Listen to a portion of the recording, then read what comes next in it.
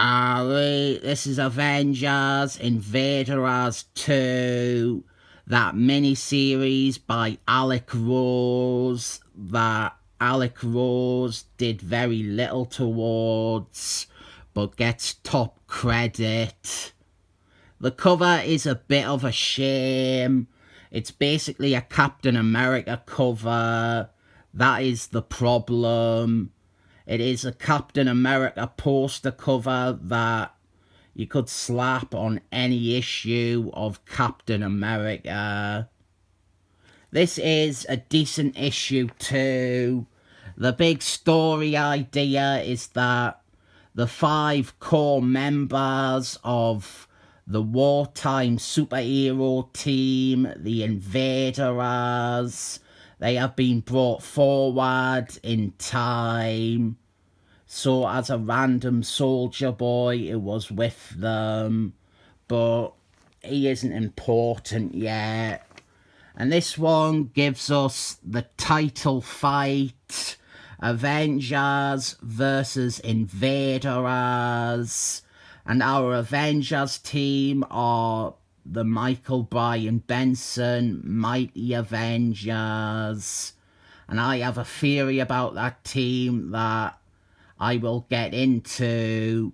But suffice to say, Miss Marbles, Karen Daggers, before they ruined her by making her into Smelly Brie Larson's. She is looking fine here. So, this Mighty Avengers team, this is them. And my theory is that Marvel were wanting to do a second Avengers book. They wanted a more classic Avengers series starring the actual Avengers characters, since their main Avengers book was really just Michael Bryan Benson's irrelevant street-level pet characters.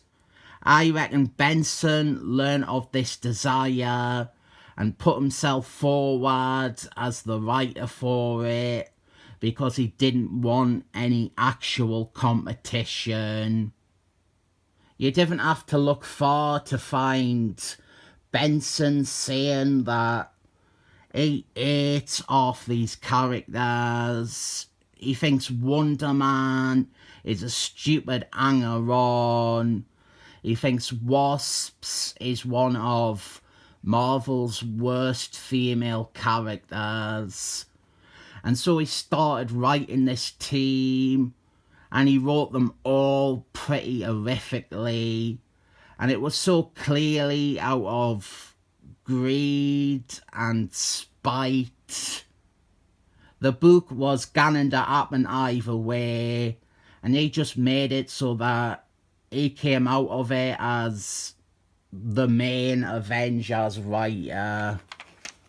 I'm done talking about that bald act now, because wasting no time, our 2 teams cross paths, and we have a big action figure throwdown between them, which includes Miss Marbles being a bit feminist before it was a annoying stock and trade.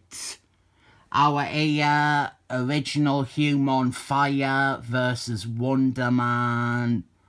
And I relish the opportunity this gives us to see these Avengers characters written by someone or anyone else. Wonder Man is a great character despite what Benson thinks. Karen Daggers was a great character. Wasps is great. And it's nice to see those members of the team not be Benson characters for a story. We also have Seaman versus Arse, the God of War. And I liked Arse. His miniseries that revamped him was good, but he then suffered the same thing as about a dozen characters where Michael Bryan Benson adopted him and claimed him in an attempt to convince people that he was responsible for the revamp. His entire Avengers run is just filled with him glomming onto other people's characters from a mini-series and then forcing them into being his characters.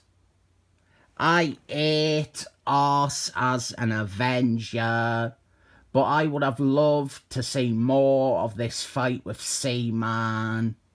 But we are focusing on the drama that the reappearance of Captain America causes. This is after Civil Wars, when Captain America was dead and Iron Man was blaming himself for it, as he should.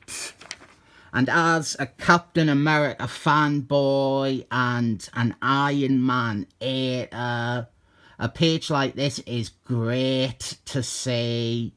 Not just because Captain America is throwing Iron Man about, but in the background, Seaman is whacking arse with Wonder Man. That is still more flattering than any of Benson's scripts. I do feel that it gets a bit overboard with regards to the Captain America and Iron Man drama, and that is to the detriment of the other characters. They feel a bit sidelined, like Scarlett Johansson. She is there and she hasn't done anything all issue. Be careful, lads. She might be planning to sue for damages that this buried appearance has caused her career. And then we have an advert. There's the best thing in this issue, Emma Frosty's. She is amazing. I wish she was my wife. She is the world's best woman. January Jones doesn't get enough work nowadays. She's still banging. She is 42 and is still a scorcher. The Avengers, they beat most of the Invaders, and then the current Captain America, Bucky Man, he reads all about it in the Daily Planet newspaper. And on top of the Captain America Iron Man stuff, Bucky Man is another central figure in this series. That soldier boy he goes and visits his harder self. Nobody has paid attention to the fact that another person was brought forward in time. And now, with the Invaders being held prisoner on the SHIELD helicarrier copter, we begin our first story arc within a story arc, I guess. The original Human Fire is an andrew. He is a synthetic life form. And he discovers that SHIELD beef up their numbers with andrews. And it is going to be a robot revolution or something. Spoilers, it is a Ultron story. Meanwhile, Bucky Man is being held in a cell.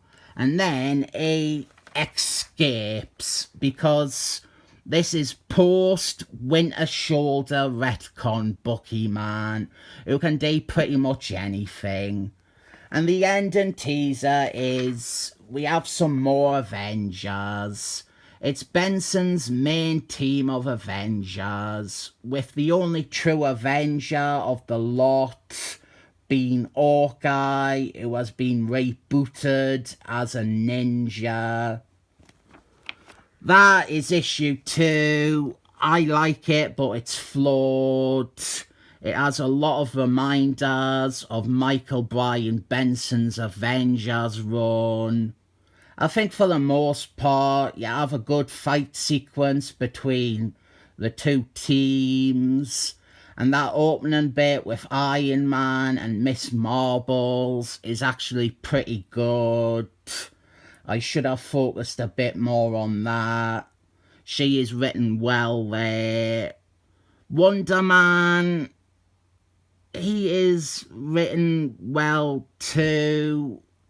He doesn't want to fight Original Human Fire, and it's not said why, but it's obvious to me that it is because they were on the West Coast Avengers together, and there is a tenuous bond between them involving the Vision. I'll rate this issue 7 thumbs up. I think I'll recommend it.